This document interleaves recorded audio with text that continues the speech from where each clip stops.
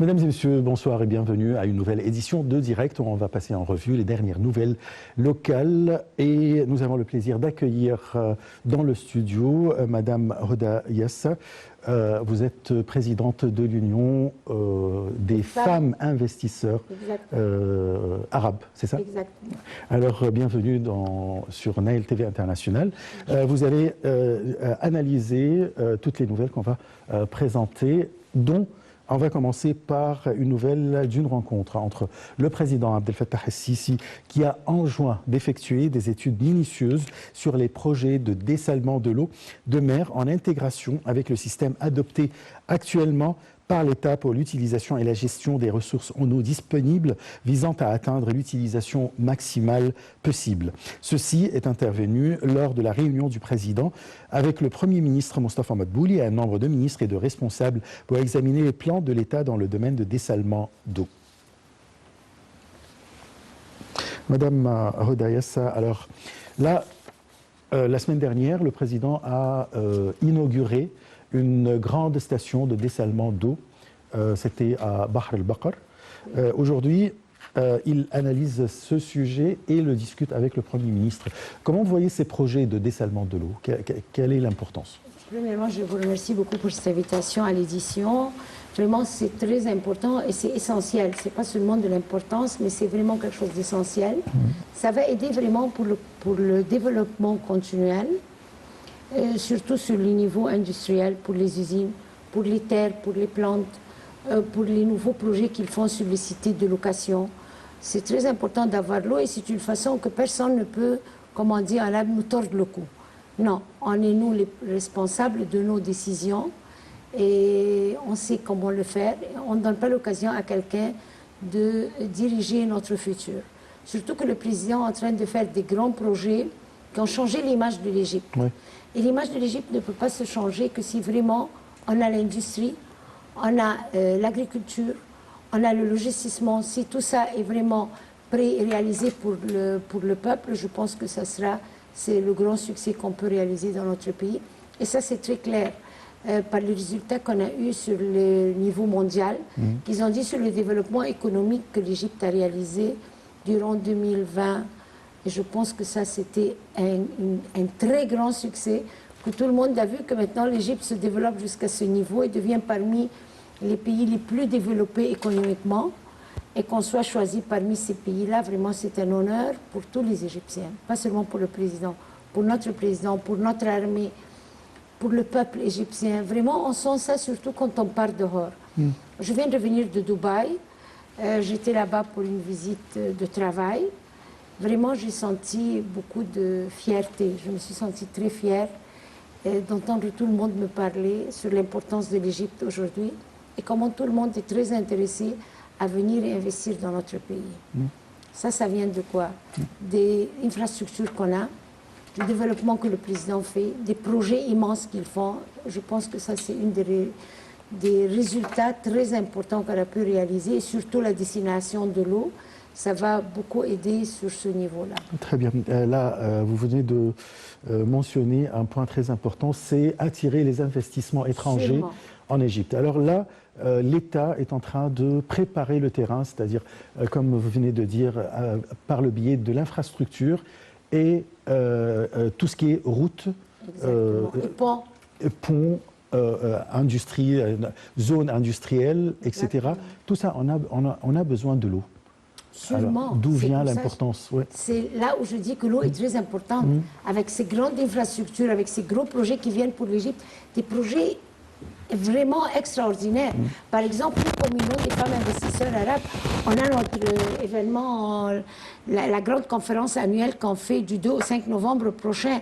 On reçoit bien des Américains qui sont très intéressés à venir faire des gros projets en Égypte. Pourquoi? Pourquoi ils vont venir faire? Parce que ils vont mettre des milliards prometteuse. de dollars. Pourquoi l'Égypte les attire? Pour les projets qu'on a, pour la vision, pas seulement les projets réalisés, mais aussi la vision de notre président. La destination de l'eau, c'est un résultat effectif, c'est un résultat clair et net pour le développement. Et quel est le développement continuel? C'est sustainable development, comme ils disent les Américains. c'est un résultat très important parce que sans l'eau, on ne peut rien faire. Bien sûr. L'eau, il n'y a pas d'agriculture. Si on n'a pas de l'eau, on n'a pas de l'industrie. S'il n'y a pas de l'eau, on n'a pas de On n'a pas de vie. du commerce. Il n'y a pas de vie. Ouais. L'eau, c'est la vie. Exactement. Bon, je vais passer à un autre sujet.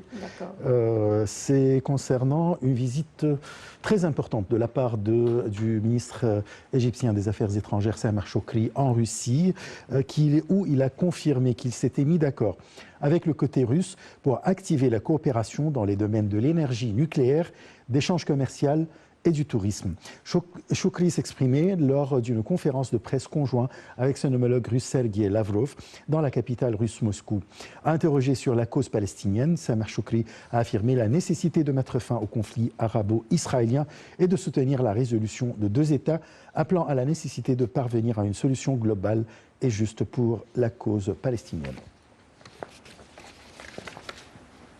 Là, c'est concernant cette visite, comment vous trouvez l'importance de la visite ou bien le rapprochement avec la Russie? Je trouve que c'est très important, surtout la Russie. Si je veux parler sur le niveau touristique, vraiment, pas c'est important, c'est essentiel. Surtout si on voit d'une façon de, comment dirais-je, d'expliquer l'importance du tourisme, on va dire que c'est ça vraiment qui soutient le développement continuel. Pourquoi? Autour du tourisme, il y a plus que 360 industries qui travaillent.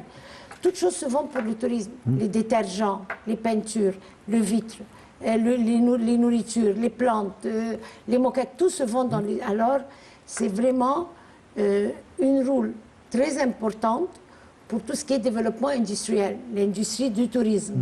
Et maintenant aussi, on peut voir, par exemple, les gouvernorats comme, par exemple, Sharm el-Sheikh, Hurghada et tout ça, c'est plein de Russes. Oh, bien, voilà. Au moment où il n'était pas là, vraiment, on avait des gros problèmes à ce niveau-là touristique. Et surtout moi, une de mes compagnies travaille sur le niveau hôtellerie. Non, on était très affectés. Les hôtels ont presque fermé. Il y avait des autres hôtels qui ne travaillaient pas du tout. Surtout, et puis aussi l'emploi. Faites attention, le tourisme est très important parce que ça aide beaucoup à l'emploi des jeunes. C'est une industrie là où il y a beaucoup de personnes qui travaillent là-dedans. Ce n'est pas seulement mécanique ou industriel, non. C'est là où on emploie beaucoup de personnes.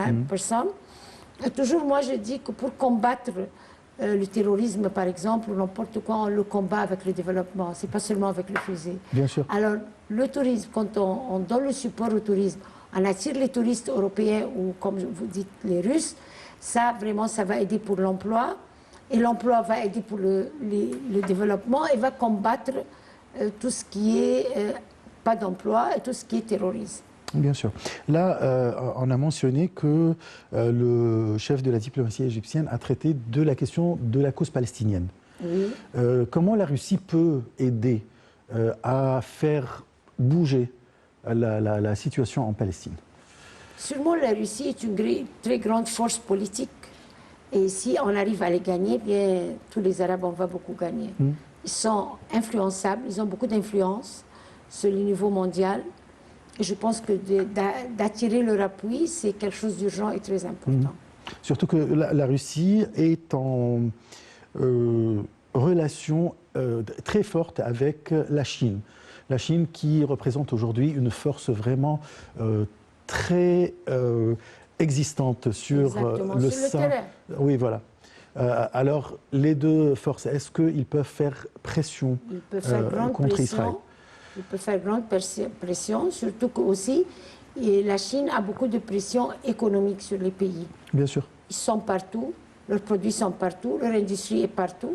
Alors je pense que l'union entre la Russie et la Chine, c'est une grande force. Et si nous, comme Égypte, notre président et notre ministre des Affaires étrangères ont pu avoir cet appui, ça sera un grand succès pour le monde arabe en entier, pas seulement pour la Palestine, mais pour le monde arabe en général. Shoukry, quand même, a parlé de la coopération énergétique, sur le plan énergétique. L'énergie propre, comment dirais-je. Oui. Oui, ça c'est important, étant donné que l'énergie propre, maintenant, c'est devenu une nécessité. Si on voit ce qui se passe aujourd'hui, de la cause de la haute température dans le monde, de la cause de tout le changement de l'environnement, tout ça vient de quoi? De l'énergie qui n'est pas propre, comme on dit. Et l'énergie amie à l'environnement est une nécessité, pas seulement pour l'environnement, mais aussi pour l'économie et la rentrée des familles. Aujourd'hui, si on paye l'électricité à un certain chiffre, eh bien si on a cette énergie amie à l'environnement, ça va beaucoup diminuer. Ça va aider à une vie plus facile. Ça va aider aussi dans l'industrie, à travailler dans l'industrie, à diminuer les prix des produits finaux industriels, étant donné que les valeurs qui vont être mises pour le coût de l'exécutation des produits va diminuer. Alors automatiquement, qu'est-ce qui va arriver dans le marché? Les prix des produits vont commencer à diminuer, l'économie va marcher beaucoup plus facilement. Et ça va préserver la planète avec... voilà, c'est l'énergie amie à l'environnement. Voilà, il n'y aura plus de déchets énergétiques. Je passe à un autre sujet, c'est concernant l'arrivée d'un don de 8 millions de doses du vaccin Pfizer en Égypte, offert par les États-Unis. La ministre de la Santé, Hala Zeid, a exprimé la grande appréciation pour la solidarité et le soutien américain. Elle a rappelé que l'Égypte avait déjà reçu 1 600 000 doses de vaccins contre le coronavirus de Pfizer. Elle a tenu ses propos lors d'une conférence de presse conjointe avec l'ambassadeur américain au Caire, Jonathan Cohen. Là,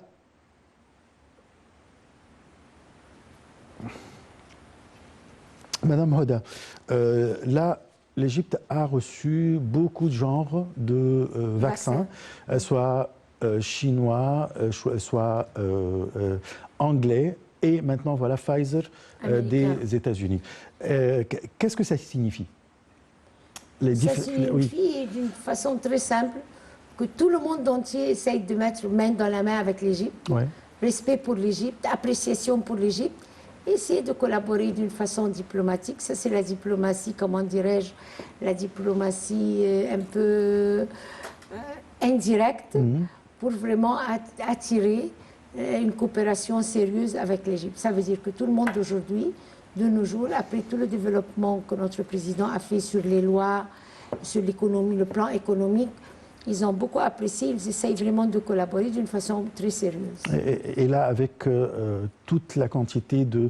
Déjà la production des vaccins en Égypte. Et ça puis, a commencé. Ça a commencé il y a un mois. On a produit jusqu'à maintenant plus de 15 millions de doses. Et avec tous les aides ou bien les dons qui arrivent en Égypte, soit de la part de la Chine, ou bien l'Angleterre, ou bien les États-Unis aujourd'hui, quand est-ce qu'on pourra dire que... le peuple égyptien en général est vacciné? On ne peut pas oublier qu'on est 120 millions. Oui. Numéro 1. C'est sûr. On ne peut pas l'oublier. On ne peut pas oublier ça. Alors, pour dire quand, ça, je pense, ce n'est pas à moi de donner cette réponse. C'est à notre excellente ministre que vraiment on admire énormément, Hala Zeid. C'est une femme vraiment excellente. C'est vrai, elle est très dynamique. Très dynamique, intentionnée. Et vraiment, elle se donne à fond, comme on dit, pour l'Égypte et pour le peuple. Mais les statistiques, c'est très difficile pour moi de le savoir, mais ce qu'on peut dire, savoir, si on a déjà fait 20 000, on a reçu presque 5 000. Non, ce n'était pas ma question, c'était en tant que femme d'affaires. Ah oui? Alors, quand est-ce que vous pouvez dire que les gens qui travaillent, ils sont sains et saufs vis-à-vis du coronavirus? Est-ce que c'est lorsqu'on vaccine 50% par exemple Moi, je veux dire quelque chose de plus important. Oui, le vaccin est très important, Bien mais sûr. le plus important, c'est le savoir-faire. C'est l'instruction qu'on donne, c'est pas la vision, mais la conception de l'importance des règles qu'il faut soutenir contre le virus. Ça, c'est très important. Pas seulement qu'on se vaccine, parce que 100%, les 120 millions ne sont pas vaccinés du jour au lendemain. Mais ce qui est très important, que les 120 millions sachent et comprennent l'importance et la valeur de ce qui se passe et comment combattre ce virus par faire attention, prendre les restrictions nécessaires, prendre toutes les règles qu'il faut prendre pour ne pas avoir cette contamination. Ça, c'est très important. Bien sûr. Je pense que ça, c'est le numéro 1 pour dire vraiment notre peuple, il est safe. Pas seulement le vaccin. C'est comprendre la valeur et le danger qu'on confronte et comment le combattre et comment prendre les règles contre ça. Voilà, c'est-à-dire faire important, ça, avec bien ça. sûr les procédures. Les deux ensemble, les procédures, c'est très important. Et les vaccins, le vaccin est très important aussi, Sûrement. il faut dire. Mais je ne dis pas ça seulement, parce qu'on ne pourra pas du jour au lendemain vacciner 120 millions, c'est pas possible. Oui, oui. Bon, je vais passer à un autre sujet, c'est concernant le chef de l'État qui a examiné hier l'évolution d'un certain nombre d'initiatives présidentielles dans le domaine de la santé au niveau de la République et le plan de vaccination des étudiants et du personnel éducatif contre le coronavirus. Salih Hamdi Al-Choucha nous donne les détails.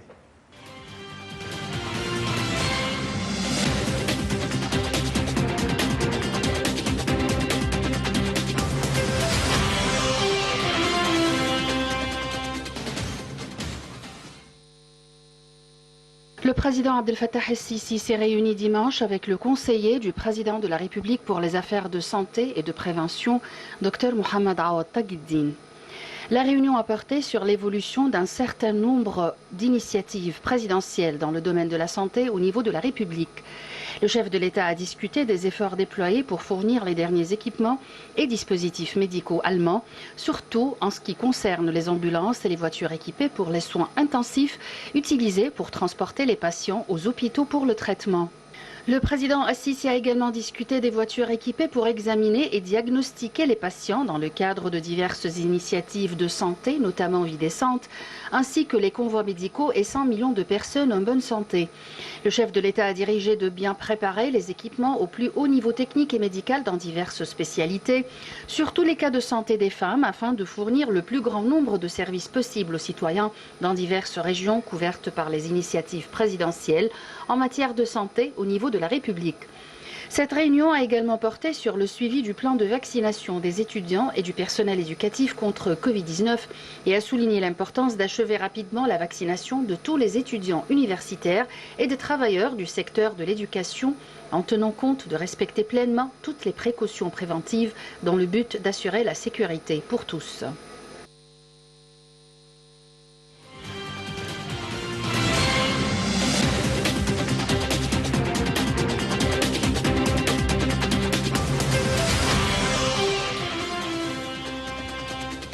Alors, Madame Hoda Yassine, je rappelle que vous êtes... Yassa, pardon. Je rappelle que vous êtes présidente de l'Union des femmes investisseurs arabes. Là, c'est une réunion de la part du président de la République concernant l'importance ou l'intérêt de la santé générale des Égyptiens. Alors, comment vous trouvez l'évolution dans ce domaine si je parle des hôpitaux... Pas seulement les hôpitaux. Qu'on a pu combattre le virus, déjà ça c'était un projet excellent. Bien sûr. La santé de la femme. La santé de la femme, comment ça se développe? La santé de la famille aujourd'hui, qu'on voit qu'ils sont en train de faire des tests pour le diabète, des tests pour la tension, partout dans tous les gouvernements qui sont là. Alors ça vraiment, ça a même changé l'image du gouvernement et de la vision présidentielle vis-à-vis le peuple. Qu'on commence à avoir une sécurité dans notre pays et gratuite. Si on va regarder sur la majorité du peuple qui ne sont pas de très grande rentrée au niveau matériel, vraiment aujourd'hui ils sont couverts complètement. Si on va voir la santé de la femme, la santé de la famille, les hôpitaux, le développement qui se passe dans les hôpitaux. Avant ça, on ne voyait ça jamais. Aujourd'hui, si on va dans un hôpital et on voit que le directeur n'est pas là, eh bien, il tremble. Si quelqu'un lui dit « Ah, ça va être annoncé, on va envoyer ça on va l'envoyer au président ». Tout le monde a peur. Il commence à changer les coutumes qu'on avait. Peut-être que ce n'était pas de la négligence de leur part, mais une coutume. Au lieu d'aller, par exemple, à 9 h du matin, parfois le directeur, ou 7 h ou 8 h, il allait à midi. Aujourd'hui, non, les directeurs des hôpitaux, ils sont là juste à temps. Je ne parle pas des hôpitaux privés, mais je parle même des hôpitaux gouvernementaux, ce qui ne se passait pas. L'hygiène et la santé dans ces hôpitaux a beaucoup changé. Et l'infection, le contrôle de l'infection, cross-infection control, comme on dit, le contrôle sur l'infection mutuelle qui se passe dans les hôpitaux, comment ça a changé. Dans chaque hôpital, maintenant, il y a un secteur et un directeur de contrôle sur l'infection. Ce qui a beaucoup changé, beaucoup de problèmes qui se passaient dans les chambres d'opération. Alors, on voit un grand développement sur le niveau de santé, ce qui est reflété sur le peuple même, sur tous les niveaux, même sur les grands niveaux. Parce qu'on voit que partout, non, le service santé a beaucoup changé. Et aussi, il faut dire que notre ministre de la Santé, elle est quelqu'un de très sérieux et très ferme dans les décisions qu'elle prend. Là, il y a l'assurance médicale générale que normalement que ça va être généralisé dans tout le pays. Je pense que c'est pas encore. On a commencé à Port Saïd. Ah oui. Voilà. Port Saïd, oui, mais pas dans toutes les villes. Oui, voilà. Port Saïd, oui. Ça, c'est une initiative qui va être répandue dans tout le pays. Je vais passer à un autre sujet. Le président de la République a examiné hier le rôle des institutions de recherche scientifique dans l'utilisation des applications des technologies modernes au profit des projets de développement de l'État. Ceci a eu lieu lors de sa réunion avec le Premier ministre Dr Moustapha Madbouli, le ministre du Pétrole et des Ressources minérales, l'ingénieur Tariq Al-Molla, et le ministre de l'Enseignement supérieur et de la Recherche scientifique, Khaled Abdel Ghaffar. Je vous laisse avec un reportage de Salih Hamed et Yara Choucha.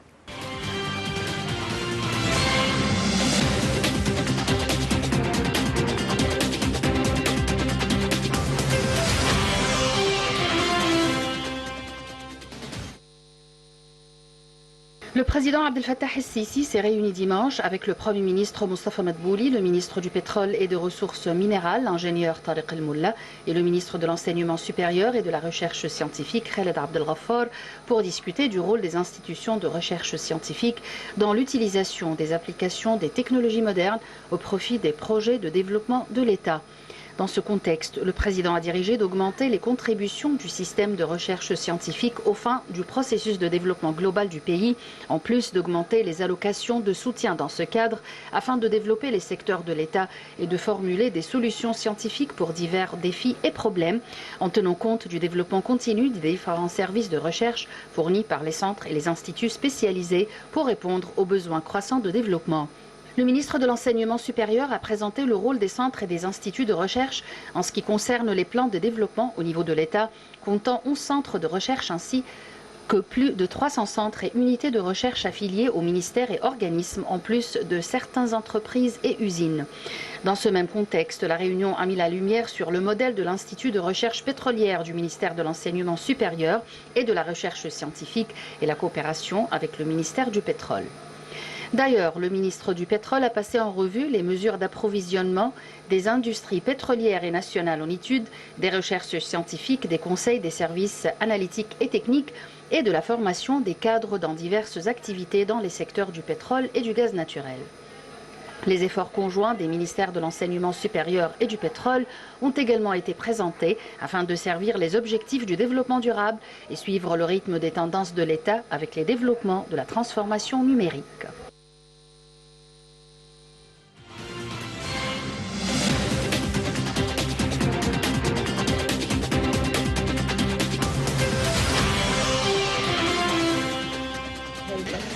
Alors, on va passer à notre sujet principal ou bien notre débat principal pour ce soir. Ça concerne les indices positifs inclus dans le rapport de la Banque mondiale sur les technologies gouvernementales qui considère l'Égypte parmi les pays les plus performants pour l'année 2020.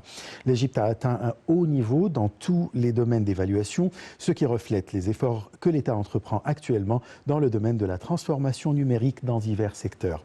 Par ailleurs, le magazine américain Engineering News Records a annoncé que 4 projets égyptiens sont considérés comme des meilleurs travaux de construction au monde pour l'année 2021. Le concours international a été organisé avec la participation de 21 pays. Salih Hamed Yara Choucha nous donne les détails.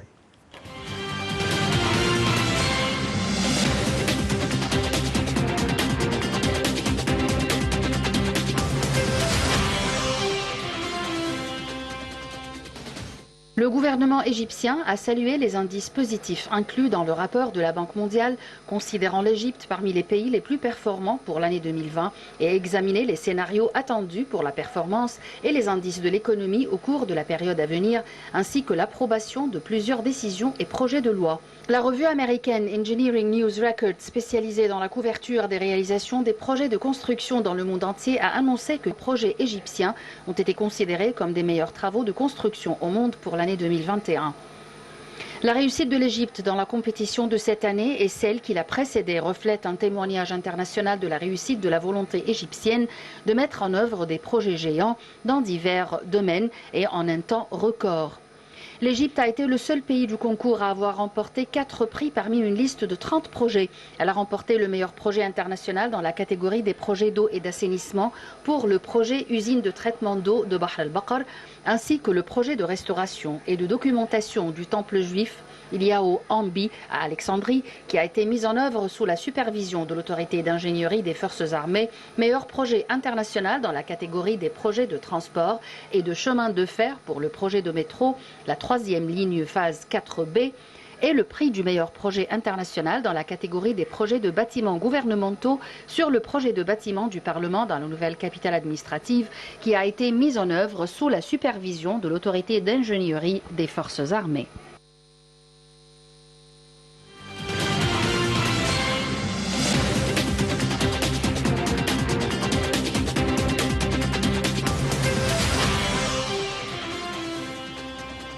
Alors là, il y a 4 projets qui ont été choisis ou bien qui ont remporté des prix durant l'année 2020. Il s'agit premièrement, si on parle d'un projet géant concernant le dessalement d'eau Bahr el-Bakr. Comment vous trouvez ce projet? Je trouve que, comme on a dit au début, que le dessalement de l'eau, c'est quelque chose d'essentiel pour le développement agricole, le développement industriel et aussi pour les projets géants. Bahr el-Bakr, je pense que c'était la comité ingénieur de l'armée avait décidé que ce soit 2000 ou bien 20 000. Je ne connais pas les chiffres exactement, mais notre président demandait que ce soit 150% plus, que ce soit 5. Je ne sais pas, 2 à 5 c'est par million ou par comment ça se précise, mais il avait une vision très loin. Tout le monde a dit, mais c'est trop, 5 fois, 150 fois % que ce qui a été décidé dans le projet. Il a insisté. Et aujourd'hui, on voit que notre pays a pris le plus grand projet et il a eu cette réussite et succès. Et vraiment, l'importance de ce projet, Bahr el-Bakr, pour tout ce qui est agriculture et industrie. Alors, c'est vraiment un grand succès et un honneur pour les Égyptiens. Ouais. Et c'est très important, comme j'ai dit, ce qui est, je pense, la chose la plus importante, de changer l'image de l'Égypte sur le niveau économique. C'est une raison essentielle d'attirer tous les grands investissements mondiaux vers l'Égypte. Très bien. Là, une des constructions qui a été réalisée ou bien établie en Égypte, le Parlement à la nouvelle capitale administrative. J'aimerais bien parler des deux. J'ai vu ça, c'est quelque chose de vraiment extraordinaire, très joli, très bien, très organisé. On sent qu'on est dans un autre monde. L'Égypte change, l'Égypte a changé. On est vraiment dans la nouvelle Égypte. On est vraiment dans la nouvelle République. C'est vrai. Parlez-moi de la nouvelle capitale administrative. La nouvelle capitale administrative, je peux dire que sa réputation n'est pas surtout sur le niveau égyptien. Comme je vous dis, je viens de venir de Dubaï. J'avais des grandes réunions internationales avec des partenaires des pays arabes et de l'Europe. Et vraiment, ce que j'ai entendu comme réputation sur notre nouvelle cité administrative et l'intérêt qu'ils ont pour investir dans ces projets-là est vraiment quelque chose de très remarquable. Pourquoi ils ont eu ça? Pourquoi ils parlent de ça aujourd'hui? Parce qu'ils ont vu des résultats réels, pas seulement des paroles. Et après qu'on fait le projet, après qu'on exécute des résultats vraiment respectables, on commence à avancer. C'est ça la différence des 7-8 années passées et des années entre la promesse et l'exécution. Exactement. On a fait beaucoup de très grandes promesses. On entendait beaucoup de, comme disent les Italiens, paroles et paroles. On entendait beaucoup de paroles. Mais l'exécution et de voir ça en réel sur le terrain, c'est ça ce qui nous manque. Maintenant, on ne parle pas de projet. Avant que ça s'exécute, ils photographient, ils annoncent, ils montrent. Alors c'est une réalité. Ce n'est pas seulement des blablabla comme on dit. Il y a le quartier des affaires dans la nouvelle capitale administrative qui abrite quelques tours dans la plus haute tour, la plus grande tour en Afrique. Un gratte-ciel, il y a des gratte-ciels. Comment vous trouvez ou bien imaginez ce quartier d'affaires? Vraiment, c'est plus haut que l'imagination. En tant que femme d'affaires, en tant qu'investisseur? Non, c'est sûrement c'est quelque chose de très intéressant pour n'importe quel investisseur parce qu'il voit le domaine de ce projet-là. Qu'est-ce qui va se passer? Si bien je mets de l'argent ici, après 1 an, 2 ans, 5 ans, comment ça va doubler les prix. Comment je vais investir et comment je vais avoir un retour sur l'investissement. Ils dureront combien d'années? C'est ça l'important. Le retour sur l'investissement, ça prend combien d'années et quelle est la valeur? Et je pense avoir ce développement qui se passe, c'est très intéressant et très attirant pour l'investissement et savoir que ça va dérouler très vite. Ça augmente jour après jour. Alors ça, c'est pas facile. Un des prix que l'Égypte a remporté, c'est le métro du Caire, 3e ligne. Alors il s'agit vraiment d'un trajet magnifique qui va faciliter vraiment la circulation dans la ville du Caire. C'est très important parce que c'est un des problèmes que toujours on dit sur l'Égypte, que la cité du Caire est très encombrée, Oui. qu'on a des problèmes. Le sur ce centre-ville niveau-là. peut-être, Le mais centre-ville. actuellement, Non, Héliopolis, actuellement, c'est fini. Moi, je parle c'est magnifique. du centre-ville. Oui. Non, je parle du centre-ville.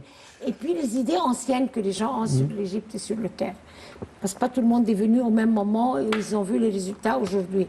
Mais les anciennes idées qu'ils ont, le Caire, c'est toujours embouteillé. Maintenant, avec ce nouveau projet-là et le succès qu'on a réalisé, avec tout le développement qui se passe, ça va aussi beaucoup faciliter la vie pour les Égyptiens, les Européens, les étrangers qui viennent travailler sur nos pays, dans notre pays. Je profite de votre présence en tant que femme d'affaires et vous présidez quand même une union pour les femmes d'affaires arabes. Comment vous trouvez? Investisseurs. C'est pas la même pareil. chose. Non, c'est pas pareil. D'accord.